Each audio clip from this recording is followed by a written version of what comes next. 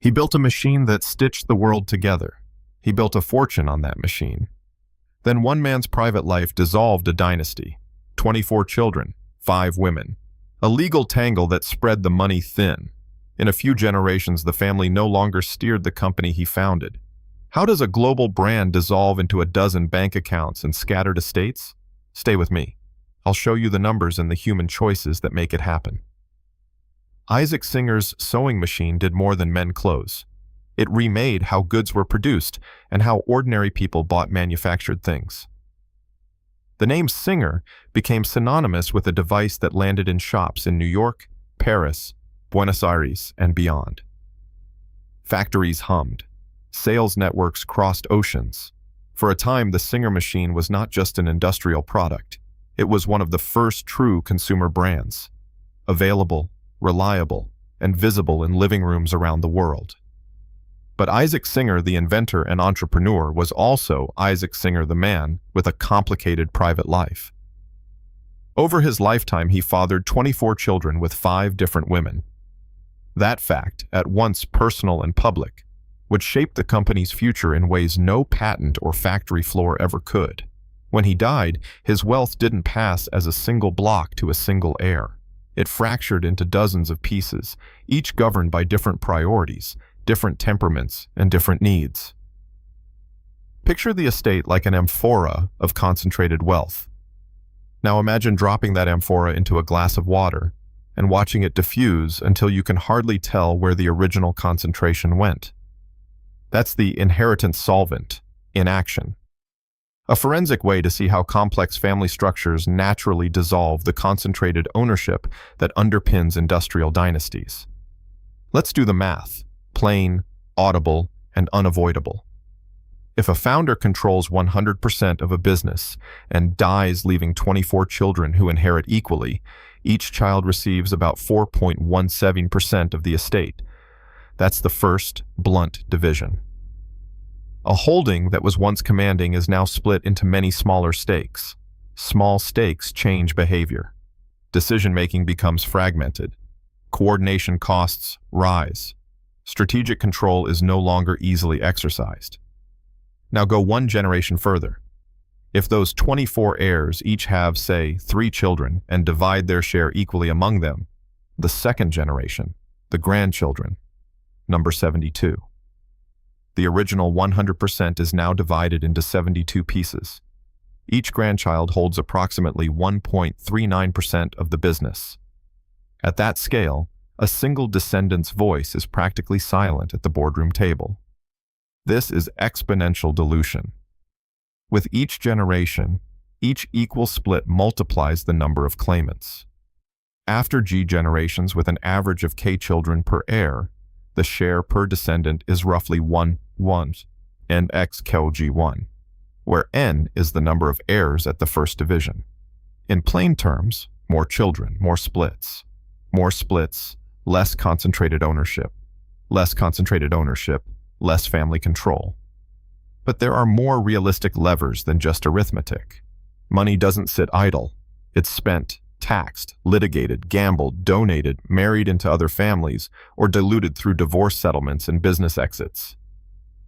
Consider transaction costs, legal fees for probates and trust administration, the cost of managing dispersed assets, the taxes imposed where different heirs live and die, and the brokerage and banking fees that nibble away at principal.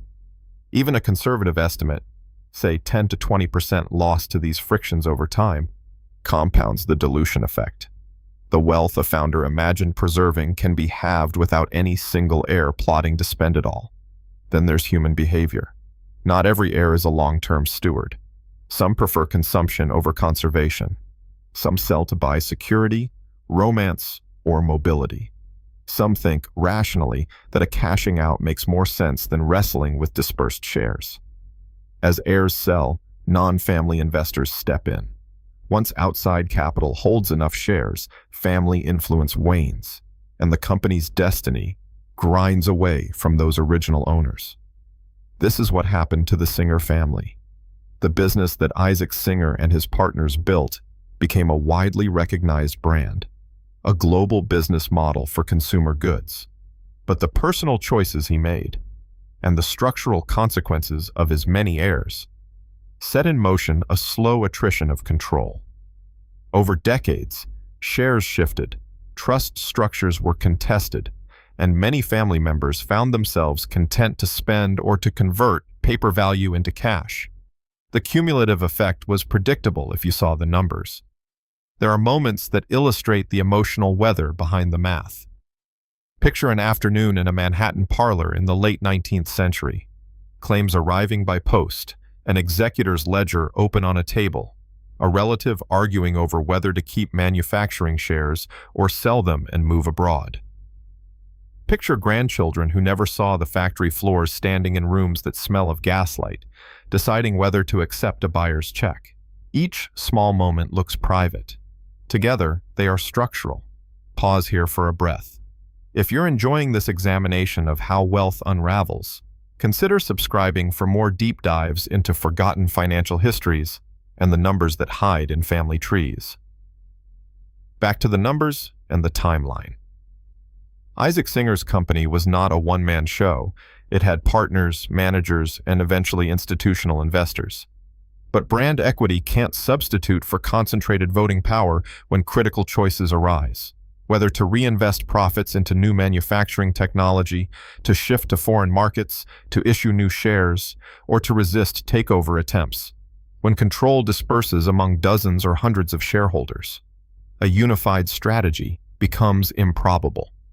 There's a threshold effect at work. If a family holds more than 50% of voting power, it can block unwanted changes. Holding 20–30% can be enough to elect sympathetic directors. But once family holdings drift below meaningful thresholds, outsiders call the tune. The forensic math shows that crossing those thresholds is easy when inheritance multiplies claimants. If each generation halves the average holding by splitting it among two heirs, in only a few generations, family stakes become insignificant. 24 heirs at the first step accelerate the clock. Beyond arithmetic, legal structures matter. Wills, trusts, and corporate charters can be designed to protect continuity. Primogeniture, family trusts with strict succession rules, or golden shares that retain voting control. Singer's time and social context, however, produced a different set of outcomes. Multiple households, residences in different jurisdictions, and varied personal arrangements made centralized succession harder to enforce. Each heir brought new legal jurisdictions into play, a recipe for fragmentation. We should not treat every heir as careless or short-sighted. Some opted to maintain their shares. Others could not coordinate due to distance, disagreement, or differing obligations. Some sold out because they needed to fund estates, pay dowries, or settle debts.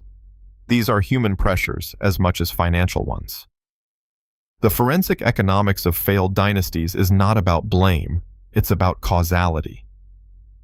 When structural forces and human needs combine, dynastic wealth often dissipates.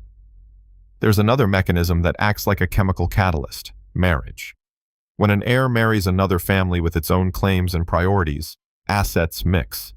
Dowries, settlements, and prenuptial arrangements can mitigate or magnify this mixing. Over time, family capital can be pooled into other enterprises or used to buy land or titles that are not income-producing. Spending on status, mansions, travel, political influence isn't inherently bad, but it does change the asset composition away from sustaining industrial control. The Singer example exposes a paradox.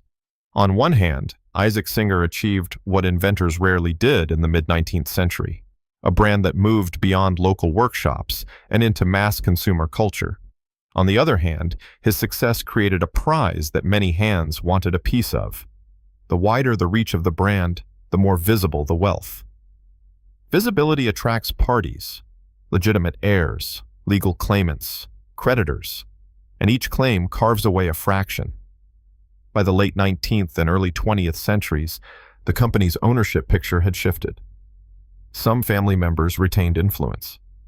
Others sold. The company evolved into corporate structures where non-family capital had an increasingly decisive role. Decisions about expansion, licensing, and manufacturing sometimes reflected investor imperatives more than the family's original vision. That's not unique to Singer. It's a pattern repeated across industrial histories. Founders create concentrated enterprise. Family expansion dilutes it. Outside capital completes the transition. We can model expected time to loss of control with a simple projection. Suppose a founder leaves N heirs. Each heir has on average K children. The expected family control share after G generations approximates 1/6 K G1. If family members also sell at an attrition rate S per generation, meaning a share S of each cohort's holdings is converted to cash and sold to outsiders, the effective family share multiplies by 1 sub G. Small attrition rates compound into large losses quickly. Plug realistic values. N equals 24, K equals 2.5, S equals 0.1. And within 3 generations, the family's control can fall into single-digit percentages. Once you're in single digits, governance becomes a negotiation with markets, not a family council. Numbers like these are not moral judgments. They're diagnostic tools. Forensic math helps us see the mechanisms beneath headlines. It clarifies why some industrial empires endure and others unravel. Consider modern founders who anticipate these dynamics. Many set up trusts, voting structures, and succession plans precisely to resist the inheritance solvent. Others accept conversion into diversified family wealth. The choices reveal values: dynasty preservation or democratized inheritance. There are human stories behind each number. Remember the grandchild who inherits a 1.5% stake and lives half a world away. In a village where cash is needed for a child's education, she sells a portion to pay tuition. Or the nephew who drifts into speculative investments and loses his inheritance. Each decision, private and immediate, accumulates into structural outcomes. Multiply private needs across dozens of family members, and institutional change is inevitable. As we move into the final act of this story, the emotional stakes rise because the effects of dissolution are not just financial, they're cultural and civic. When a family loses control of a business that once expressed a founder's vision, the brand may survive, but its soul can shift.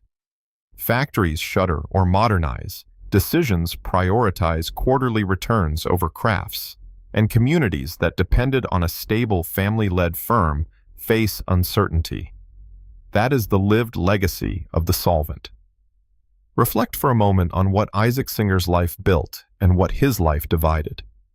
He wired households to modern manufacturing and created a symbol recognized around the planet. He also left a private life that multiplied claimants and complicated succession.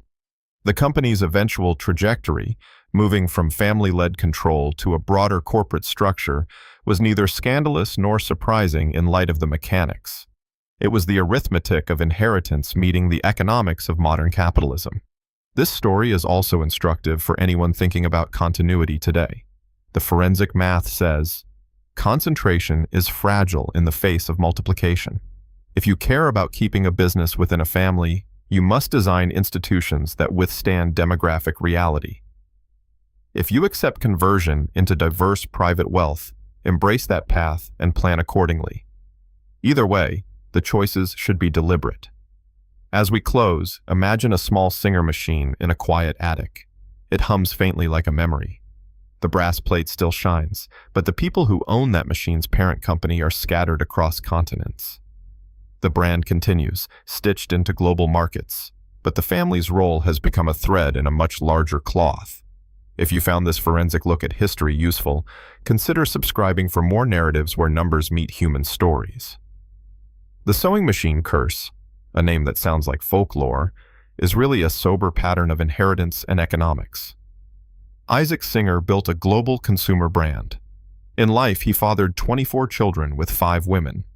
After his death, that messy personal life created an inheritance nightmare, dividing the fortune among dozens of heirs.